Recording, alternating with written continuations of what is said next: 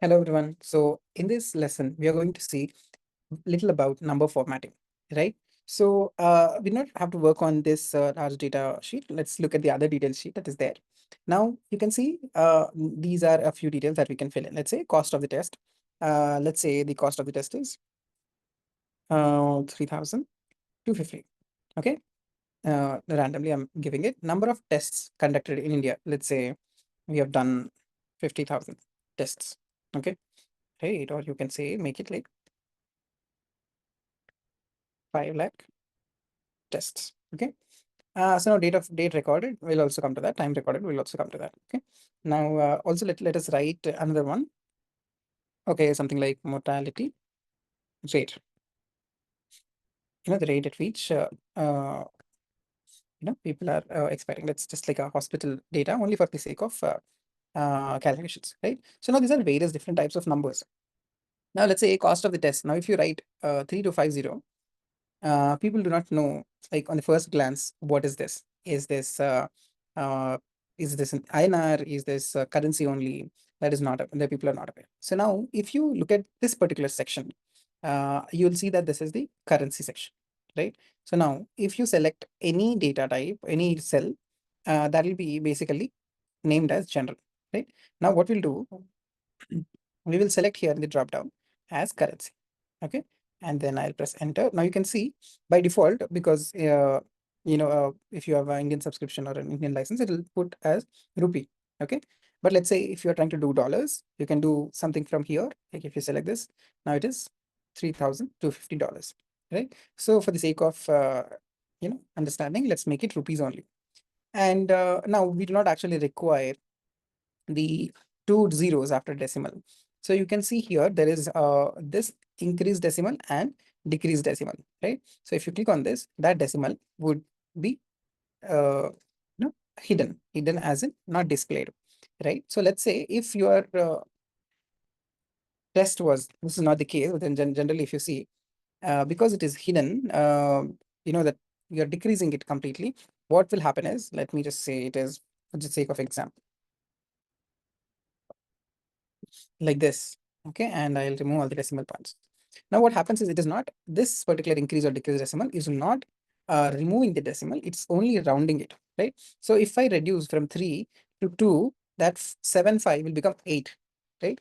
Because if there is an odd number before 5, and because it is 5, it will be converted to 8, right? If it was 7 4, it would have remained the same, right? So let's try to do it like 7 4, it would have remained 7 only, right?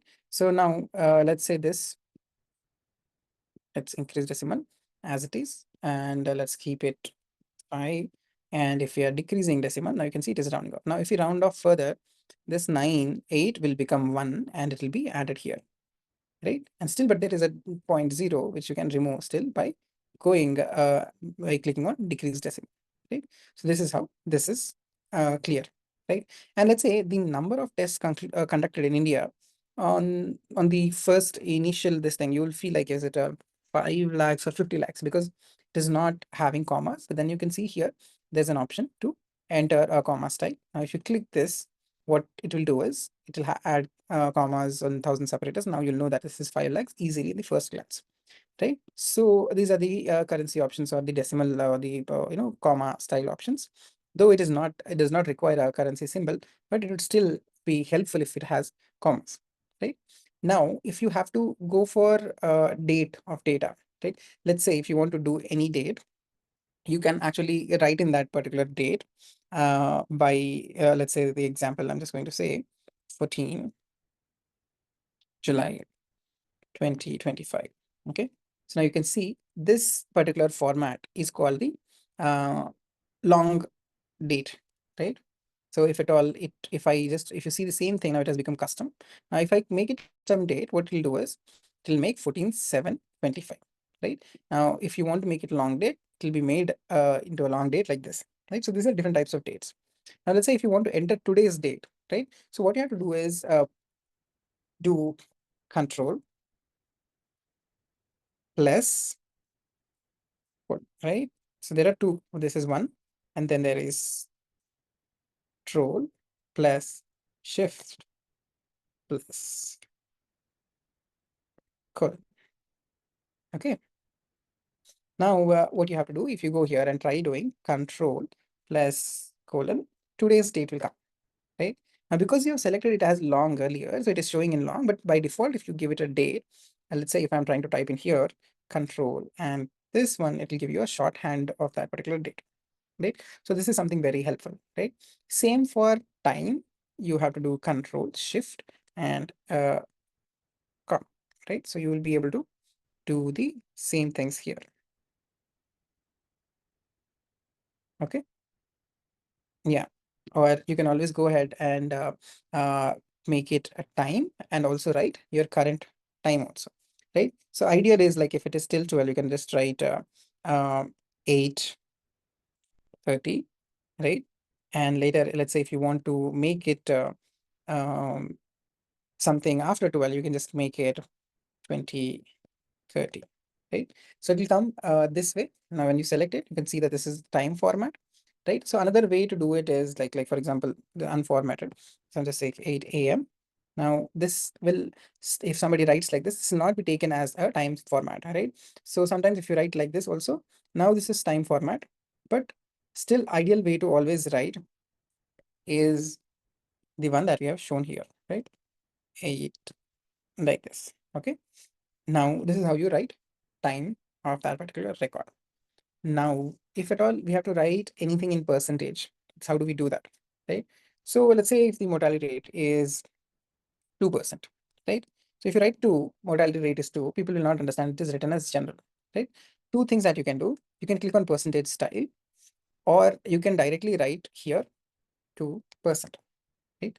So we suggest this approach, 2%, instead of trying to do 2. Let us try check 2. And if you try making percentage here, it will take 200%, right?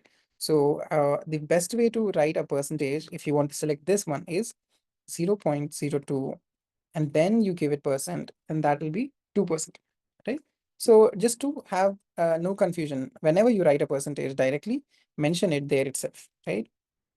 How you do 2%, and then you write it, it will directly show.